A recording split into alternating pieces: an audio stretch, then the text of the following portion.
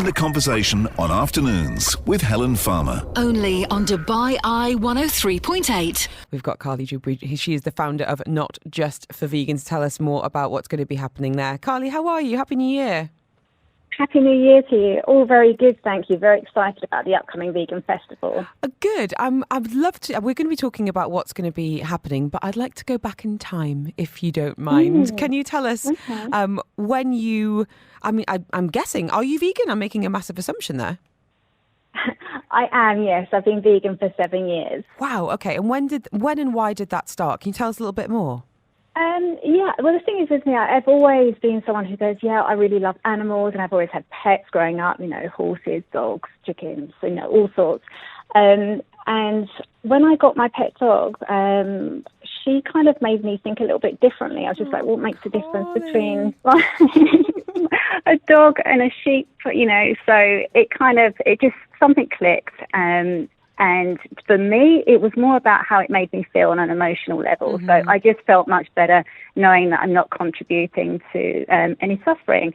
But the biggest thing is the impact that it has on the planet as well. This is one of the best ways by not necessarily switching to veganism, but going more plant-based, being just a bit more thoughtful about our decisions.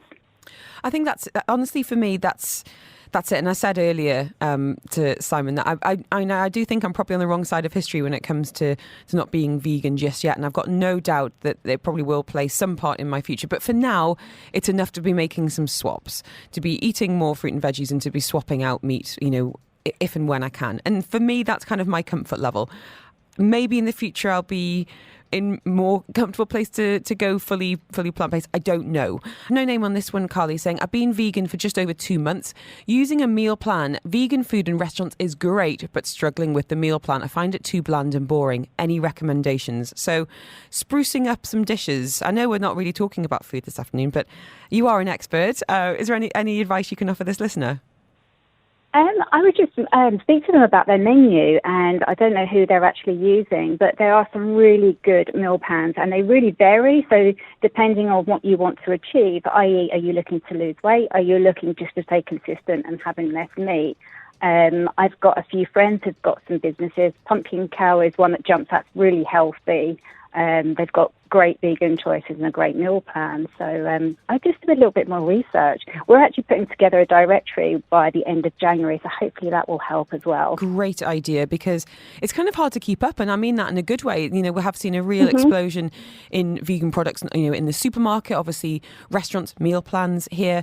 And you have a pop-up market that really hopes to inspire some vegan choices for non-vegans. And it's not about changing minds. I think it's more to do with offering alternatives and kind of educating what's in the place. Tell us about the market. Where did that idea come from, Carly? Well, it started because when I set up my e-commerce, I wanted just this networking, and I found it really hard to find other business who are aligned to the kind of thing that I was doing. So I just thought I'd create a network, which was the vegan entrepreneurs. And within the first week, 30 businesses signed up. And then now we've got over 300 businesses which are local. So there is definitely, like you say, a growing demand. And that is how the market started, because I just thought of so many businesses. We need to create a place where we can offer this. Now, not all the businesses are actually completely vegan, but our markets are vegan. So what's your criteria, can I ask, in terms of when you're speaking to a business and you start talking about their values, their ethos, their products? What are some of the questions you're asking?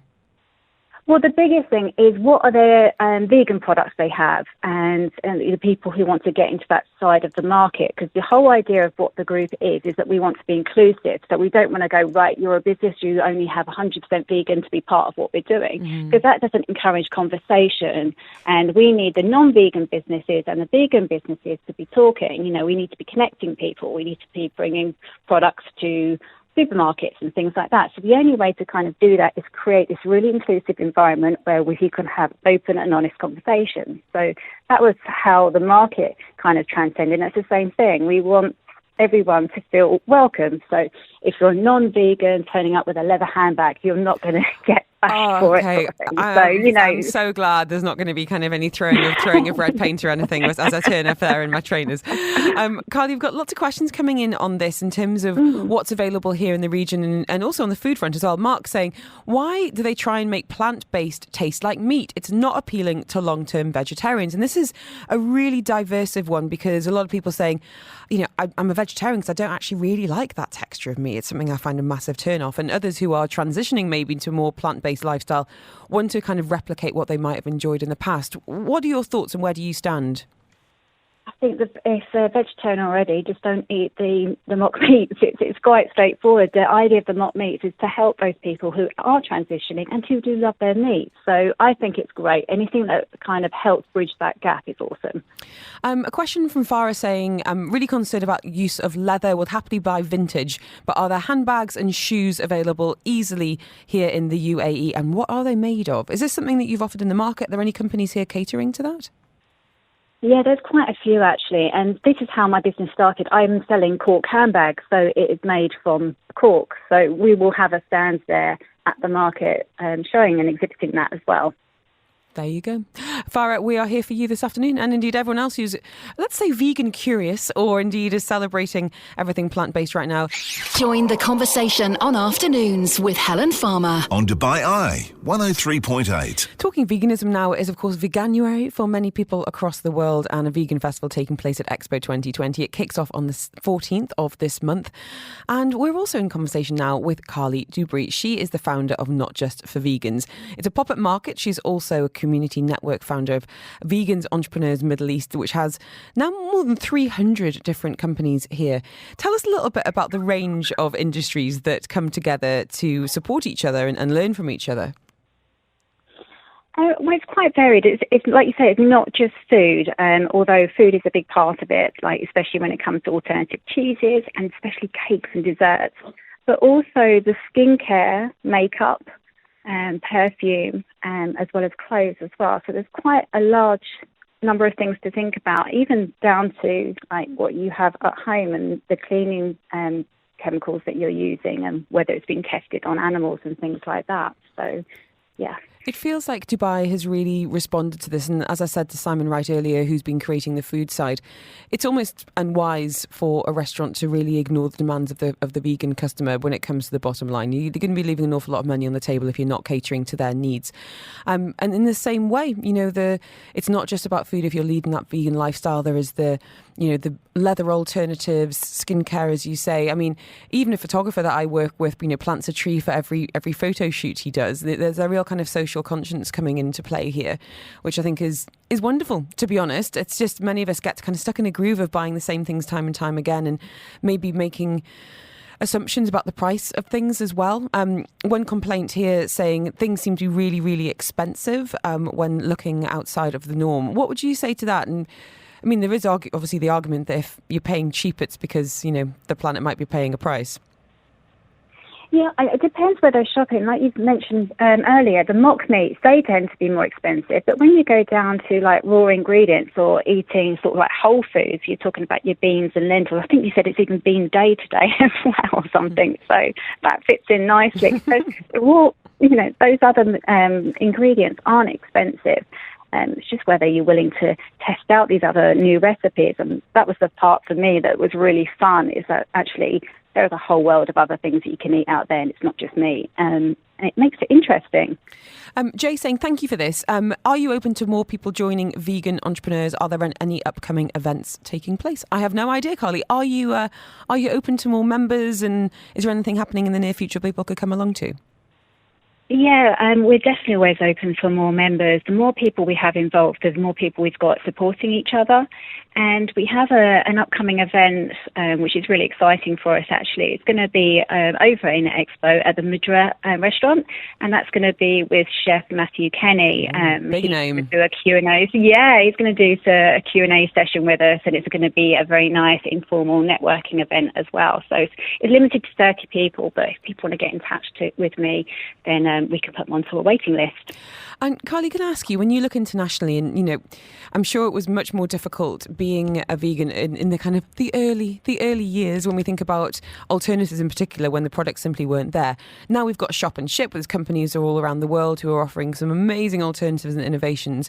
Are there any gaps you think that need to be plugged here in Dubai when it comes to leading a plant-based lifestyle? And that could be food, it could be products. Is there anything that you'd love to see come to Dubai in the coming years? I haven't missed anything. I'm just trying to think, because I've actually managed to replace everything, whether it comes to my foundation, my shoes, my clothes.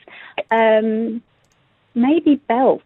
I haven't got a nice alternative for a belt, because I don't really like to use plastic alternatives. So the other thing about the market is that we try to be more sustainable. So we're looking for sustainable vendors to be part of what we're doing. Last question from Myra, saying, I did try and give up meat, but felt quite weak. Does Carly think veganism is for everyone, or does it simply not suit everyone? I don't think it is for everyone, no. And I liked the term that Simon used earlier. It's about like flexitarian. If we can all make a conscious effort to just cut out a few days a week some meat, that's a huge impact if we all did that. So I think it's a case of doing what's right for you. And hopefully you'll find it'll easily transition into less and less meat. I mean, there's already a lot of people out there who are lactose intolerant anyway. So dairy is starting to sort of like phase out. You know, you're going to Starbucks in your Cafe Nero's. People who aren't vegan are choosing to have the other milk alternatives. So, Carly, thank you so much for your time. A number of messages going, where can we find out more? There's lots of information, of course, on the EXPO website. But what about not just for vegans? Or how can people contact you, or indeed your social media bods? Yeah, if it's at Not Just for Vegans Market, or you can contact me on info@notjustforvegans, because like I said, we're looking for other vendors or exhibitors for the market. There's a few slots left, so if anyone's interested, they can get in touch. Amazing. I mean, can I say happy Veganuary? Do you, I'm sure there's a card for it, but have a wonderful month ahead. It sounds like a hugely, really exciting time. Excited to come down next time we're at EXPO as well. The market is going to be there. The Vegan Festival at EXPO 2020 from the 14th of January. This is Afternoons with Helen Farmer Join the conversation on Dubai Eye 103.8.